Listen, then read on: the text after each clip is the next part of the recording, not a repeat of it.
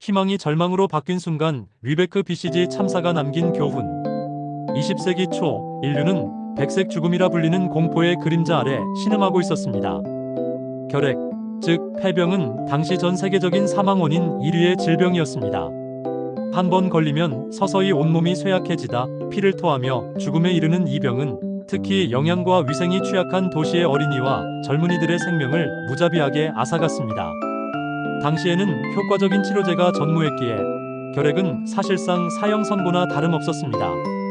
이러한 절망의 시대에 프랑스에서 들려온 한 줄기 희망의 소식은 전 세계의 이목을 집중시키기에 충분했습니다.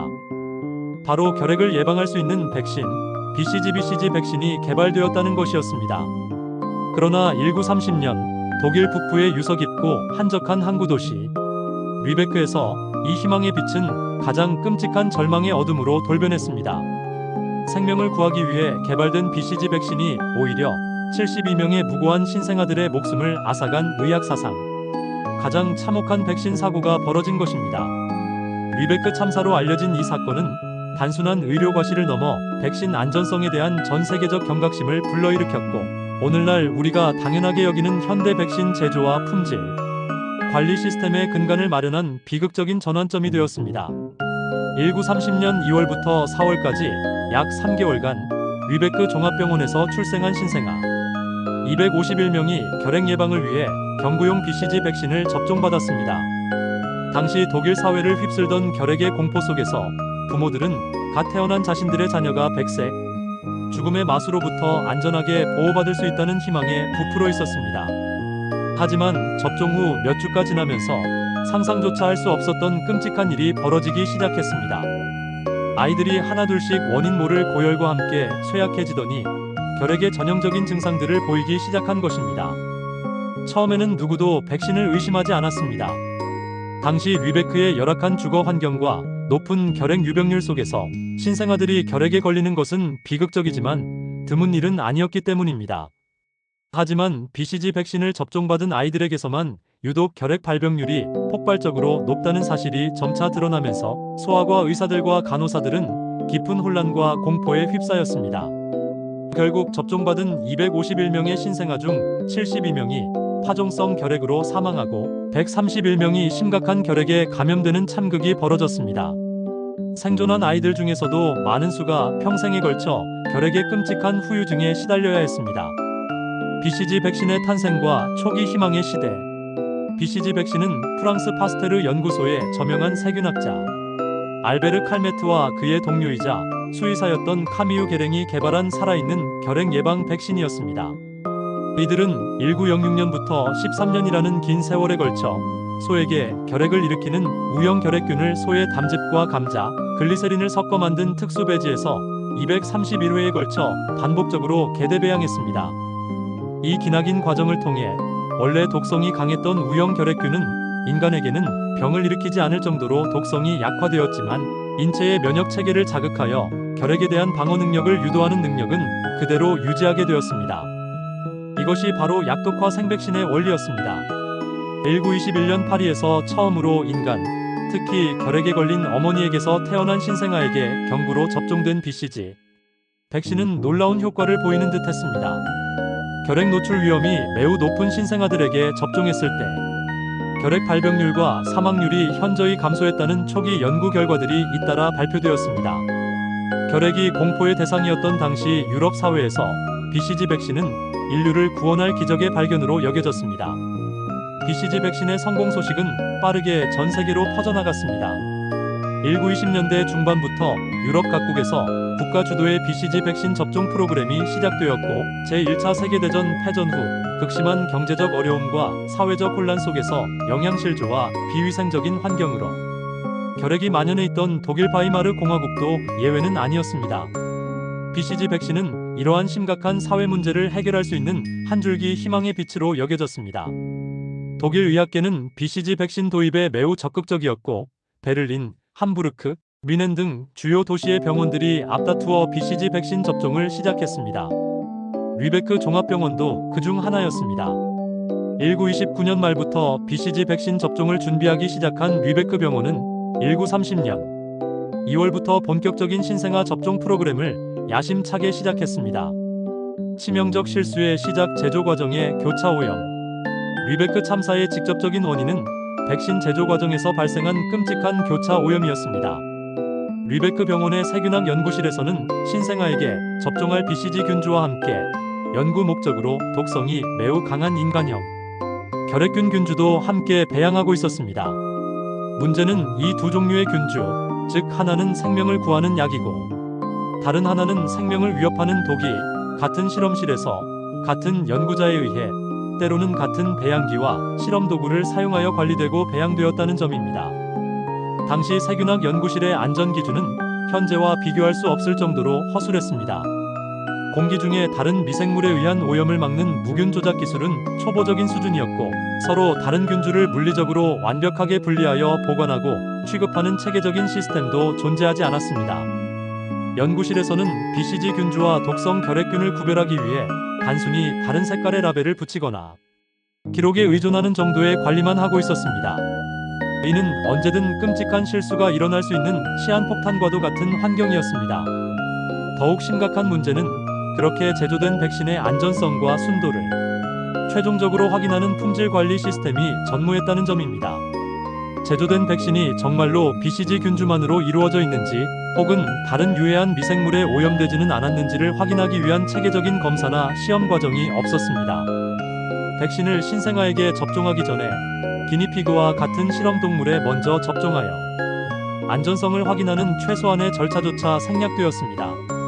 병원의 책임자들과 연구진들은 칼메트와 게랭이 개발한 원래의 BCG 균주가 안전하다는 기존의 연구 결과와 명성에만 의존하여 자신들이 직접 제조한 백신의 안전성을 맹신했던 것입니다.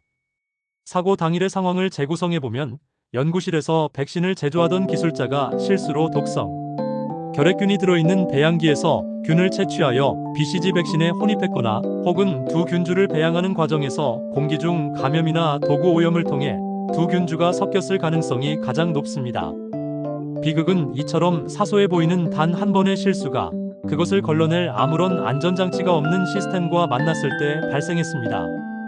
참극의 전개와 진실의 발견. 1930년 2월 첫 번째 BCG 백신 접종이 시작된 후 초기 몇 주간은 별다른 이상이 감지되지 않았습니다. 신생아들은 일반적인 백신 접종 후 나타날 수 있는 약간의 발열이나 접종 부위, 발적 외에는 특별한 증상을 보이지 않았습니다. 의료진들은 접종이 성공적으로 이루어지고 있다고 믿었습니다. 하지만 3월 중순부터 악몽이 서서히 그 모습을 드러내기 시작했습니다. BCG 백신을 접종받은 아이들 중 일부가 지속적인 고열과 함께 식욕을 잃고 체중이 급격히 감소하기 시작한 것입니다.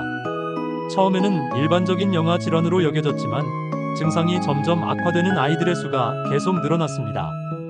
특히 목과 겨드랑이의 림프절이 딱딱하게 붓고 격렬한 기침과 호흡, 곤란 등 전형적인 결핵 증상들이 나타나기 시작했습니다. 가장 먼저 이 끔찍한 패턴을 인지한 것은 소아과 병동의 한 간호사였습니다. 그녀는 자신의 병동에서 유독 BCG 백신을 접종받은 아이들에게서만 이러한 증상이 집중적으로 나타난다는 사실을 발견하고 상부에 보고했습니다. 하지만 당시 의료진들은 이를 단순한 우연의 일치로 치부했습니다. BCG 백신은 이미 여러 나라에서 수백만 명에게 안전하게 사용되고 있었고 약독화된 백신이 오히려 완전한 독성을 가진 결핵을 일으킨다는 것은 당시 의학 상식으로는 도저히 상상할 수 없는 일이었기 때문입니다. 4월에 들어서면서 상황은 걷잡을 수 없이 심각해졌습니다. 접종받은 아이들 중 첫 번째 사망자가 발생했고 이어서 거의 매일같이 연이은 사망 소식이 들려왔습니다. 사망한 아기들을 부검한 결과 아이들의 폐와 간, 비장 등 전신에서 활동성 결핵균이 발견되었습니다. 이제야 의료진들은 BCG 백신과 이 끔찍한 결핵, 발병 사이에 직접적인 연관성이 있을 수 있다는 끔찍한 의심을 하기 시작했습니다. 4월 말 리베크 병원은 긴급회의를 소집하고 보관 중이던 백신 샘플을 다른 연구기관에 보내 정밀 검사를 의뢰했습니다. 얼마 후 도착한 검사 결과는 충격적이었습니다. 신생아들에게 접종된 백신에 약독화된 BCG 균주가 아닌 킬킬 균주로 알려진 매우 독성이 강한 인간형 결핵균이 혼입되어 있었던 것입니다. 아이들은 결핵을 예방하는 희망의 백신을 맞는다고 생각했지만 실제로는 가장 치명적인 결핵균 자체를 직접 입으로 마셨던 것입니다. 의료진, 가족, 그리고 사회의 붕괴. 리베크 참사의 진실이 밝혀지자 병원과 지역 사회는 거대한 패닉 상태에 빠졌습니다.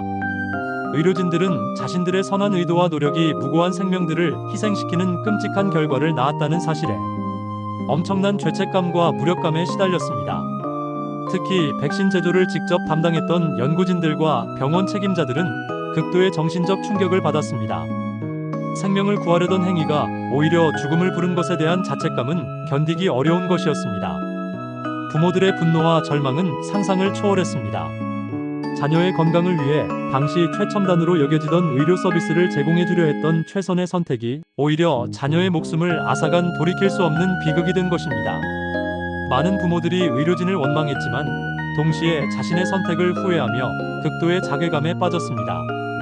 가장 고통스러운 것은 이미 감염된 아이들이 서서히 죽어가는 과정을 속수무책으로 지켜봐야 하는 것이었습니다.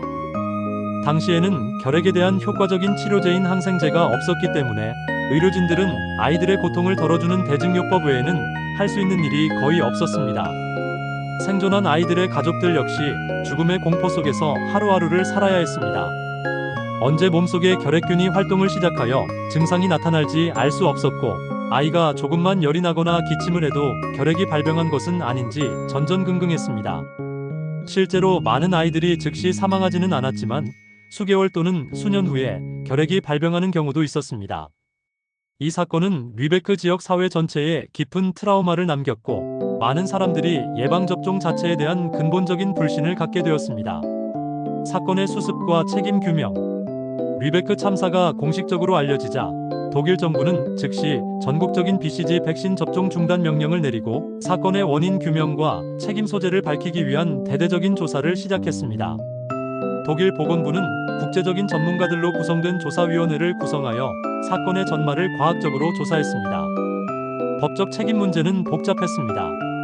결국 백신 제조를 직접 담당했던 연구실장 게오르그 다이케와 기술자 2명이 업무상 과실치사 혐의로 기소되었습니다. 재판 과정에서 그들의 중대한 과실은 인정되었지만 고의성이 없었다는 점이 참작되어 비교적 가벼운 형량이 선고되었습니다. 이는 개인의 처벌보다는 시스템의 문제를 해결하는 것이 더 중요하다는 사회적 분위기를 반영한 것이었습니다. 국제적 파장과 백신 안전성 혁명의 시작. 리베크 참사의 소식은 전 세계로 퍼져나가며 BCG 백신뿐만 아니라 백신 일반에 대한 깊은 불신을 불러일으켰습니다. 많은 국가에서 BCG 백신 접종 프로그램이 일시 중단되거나 도입이 무기한 연기되었습니다. 하지만 이 비극은 역설적으로 현대적인 백신 안전성 시스템을 구축하는 결정적인 계기가 되었습니다. 첫째, 백신 제조 기술의 근본적인 혁신을 촉발했습니다. 리베크의 가장 큰 실수는 서로 다른 균주를 같은 공간에서 다룬 것이었습니다. 이 사건 이후 병원성을 가진 균주와 백신, 제조용 균주를 다루는 연구실이나 제조시설은 물리적으로 완벽하게 분리되어야 한다는 원칙이 확립되었습니다. 둘째, 엄격한 품질 관리 시스템 QC의 도입이 의무화되었습니다. 제조된 모든 백신은 출하 전에 반드시 안전성과 효능, 그리고 순도를 확인하는 다단계 시험을 거쳐야 한다는 원칙이 확립되었습니다. 특히 생산된 백신의 각 로트라트마다 샘플을 채취하여 동물 실험을 통해 안전성을 최종 확인하는 국가 출하 승인 제도의 기초가 되었습니다. 셋째, 전 과정에 대한 상세한 기록 관리와 추적 시스템이 도입되었습니다. 백신 제조의 모든 과정이 상세히 기록되어야 하고 문제 발생 시 원인을 역추적할 수 있는 시스템이 구축되었습니다. 이는 현재의 우수 의약품 제조 및 품질 관리 기준 GMP 시스템의 원형이 되었습니다. 넷째, 의학윤리와 공중보건 정책의 근본적인 변화를 가져왔습니다. 환자나 보호자는 치료나 시술의 위험성과 부작용에 대해 충분히 설명을 듣고 동의해야 한다는 사전 동의의 원칙이 강화되었습니다. 또한 대규모 접종 프로그램을 시행하기 전에 안전성 모니터링 시스템과 부작용 감시 체계를 반드시 구축해야 한다는 원칙이 확립되었습니다. 결론, 비극에서 배운 교훈, 미래를 위한 약속. 리베크 BCG 참사는 의학사에 지울 수 없는 상처를 남긴 비극적인 사건이었습니다. 72명의 무고한 생명이 쓰러져갔고 수많은 가족들이 평생에 걸쳐 치유할 수 없는 상처를 안고 살아가야 했습니다. 하지만 이 끔찍한 비극은 결코 헛되지 않았습니다. 이 사건을 통해 인류가 얻은 값비싼 교훈들이 오늘날 우리가 신뢰하는 견고한 백신, 안전성 시스템을 구축하는 초석이 되었기 때문입니다. 안전성의 절대적 중요성, 엄격한 품질 관리, 투명한 소통, 그리고 국제적 협력이라는 원칙들은 모두 류베크의 잿더미 위에서 피어난 것입니다. 오늘날 우리가 사용하는 모든 백신은 류베크의 희생 위에서 더욱 안전해졌다고 말할 수 있습니다. 류베크에서 희생된 72명의 아이들과 고통받은 가족들을 기억하며 우리는 더욱 안전하고 신뢰할 수 있는 백신 시스템을 끊임없이 발전시켜 나가야 할 것입니다. 그것이야말로 이 비극적인 역사를 올바르게 기리고 그들의 희생에 보답하는 유일한 길일 것입니다. 본 콘텐츠는 일반적인 역사 및 의학 정보 제공을 목적으로 하며 의학적 진단이나 처방을 대체할 수 없습니다. 건강상의 문제나 우려 사항이 있을 경우 반드시 전문 의료기관을 방문하여 의사와 상담하시기 바랍니다. 정확한 정보에 기반한 건강관리가 중요하며 개인의 상태에 맞는 조언을 구하는 것이 필수적입니다.